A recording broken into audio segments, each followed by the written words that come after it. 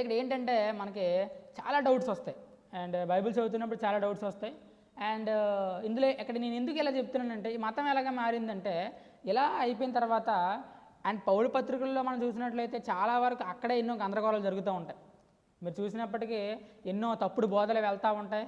ఏవో మళ్ళీ అబద్ధ బోధకులు వస్తూ ఉంటారు అంటారు. సో చాలామంది ఇక్కడ వస్తూ ఉంటారు అనమాట. అండ్ అక్కడి నుంచి మనం రెవల్యూషన్ అంటే ప్రకటన గ్రంథంలోకి వెళ్ళిపోయేటప్పటికి అక్కడ మనకి మొట్టమొదటిగా స్టార్ట్ అయింది ఏదంటే ఏ బిగ్ చర్చ్ ఏదైనా ఉంటుంది, క్యాథలిక్. సో క్యాథలిక్ వాళ్ళు కూడా ఏంటంటే ఈ సిద్ధాంతాలు అనేవి, ఈ క్యాథలిక్ సిద్ధాంతాలు అనేవి చాలా మంచివే. సో క్యాథలిక్ అనేది చాలామంది ఎలా చూస్తారంటే, వీళ్ళు ఐడియాలిజం విగ్రహారాధన టైప్లో ఉంటుంది. సో వీళ్ళు ఖచ్చితంగా పరలోకం వెళ్ళరు, విగ్రహారాధన అంటే చాలు పడదనమాట చాలామంది, అంటే ప్రొటెస్టెంట్స్కి చాలామందికి.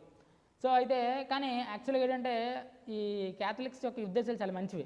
వాళ్ళ ఉద్దేశం ఏంటంటే మెయిన్గా సహాయం చేయాలి, సహాయం చేస్తేనే పరలోకం